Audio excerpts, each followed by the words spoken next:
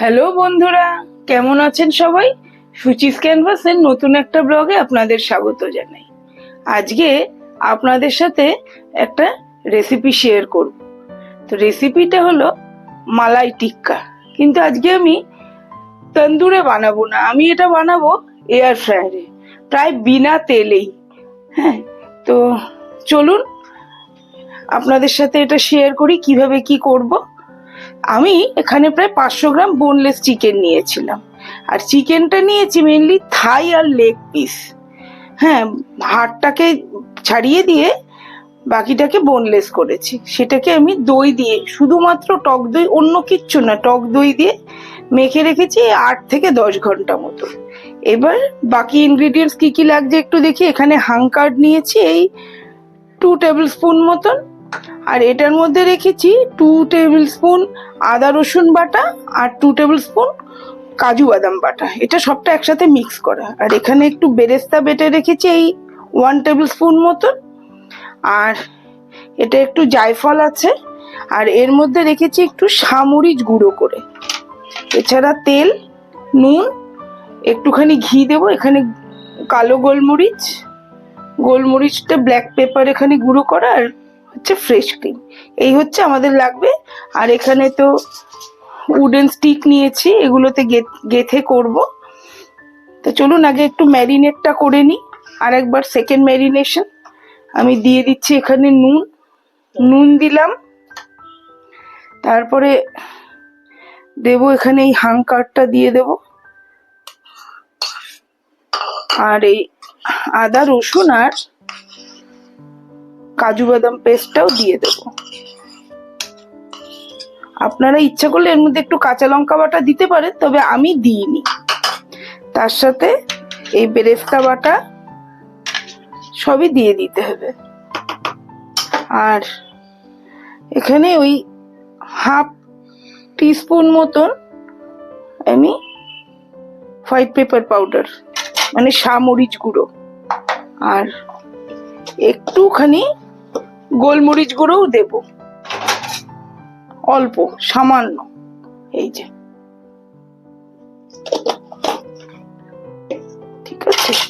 আর তার সাথে এই যে জায়ফল আছে, জায়ফলটা আমি একটু গ্রেটারে গ্রেট করে দেব।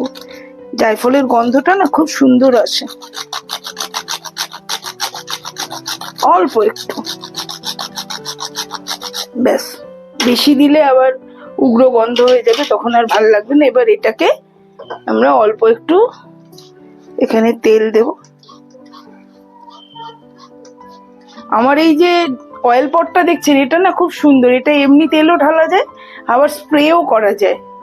আপনারা যদি এটা কিনতে চান, অ্যামাজনের লিংক আমি দিয়ে দেবো ডেসক্রিপশন বক্সে, আপনারা এটা কিনতে পারবেন অ্যামাজন থেকে। তো এবার আমি এটাকে ভালো করে মেখে নেব।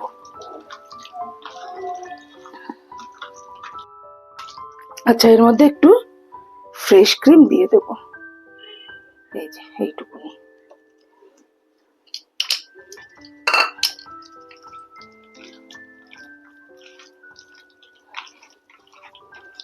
এবারে এগুলো আমি এই উডেন স্কিভারে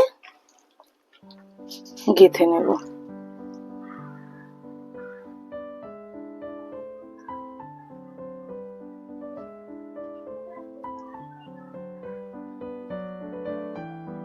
চার পিস করে গাঁথবো। এয়ার ফ্রায়ারটা অন করে দিয়েছি। এইবারে এয়ার ফ্রায়ারের মধ্যে আমি একটা অ্যালুমিনিয়াম ফয়েল জাস্ট উপরে পেতে দেবো, তাহলে কি এয়ার ফ্রায়ারের ভেতরটা নোংরা হবে না। এইবারে আমি এই স্কিভার গুলো পরপর সাজিয়ে দেবো।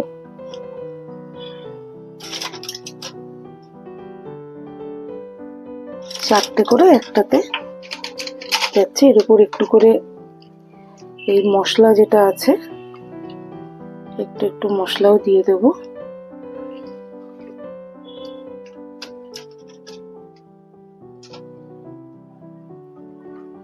পরে আবার করব। এরপরে আমি একটু অয়েল ব্রাশ করে দিলাম, দিয়ে এবার এটা আমি ঢুকিয়ে দিচ্ছি। ঢুকিয়ে দিয়ে এই মেশিন অন করলাম, করে 200 ডিগ্রিতে আমি 20 মিনিট দেব। 20 মিনিট আমি যে দিচ্ছি, আমি এই 17, 18, 19, 20 করে এবার আমি স্টার্ট করে দিলাম। ব্যাস, দেখুন কি সুন্দর ভেতরটাও দেখা যাচ্ছে। আমার এই এয়ার ফ্রায়ারটা ফেভার কোম্পানির। এটা রেডি হয়ে গেছে, দেখুন কালারটা কি সুন্দর এসছে। এবারে আমি এগুলোকে আস্তে করে নিয়ে এরম ভাবে এই স্কিউর থেকে খুলে নেব। এরপরে তন্দুরে বানালে তো একটা স্মোকি ফ্লেভার হয়, এটা তো সেই স্মোকি ফ্লেভারটা হবে না। তো স্মোকি ফ্লেভারটা আমরা কি করে আনবো, তার জন্য আমি কি করেছি, এখানে 1 টুকরো কাঠ কয়লাকে গরম করে নিয়েছি। আর করেছি একটু ঘি গরম। ওই যে ঘিটা তখন দেখালাম, এই ঘিটাকে নিয়ে এরকম গরম করে একটা ছোট্ট বাটির মধ্যে রেখেছি।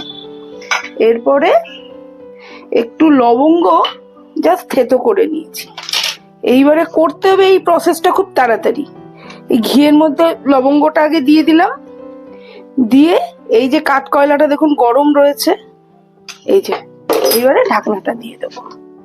এই যে ঢাকনাটা দিয়ে দিলাম, এতে কি ওই গন্ধটা, ওই যে ধোঁয়াটা উঠছে, ওই ধোঁয়াটা পুরোটার মধ্যে মিশে যাবে।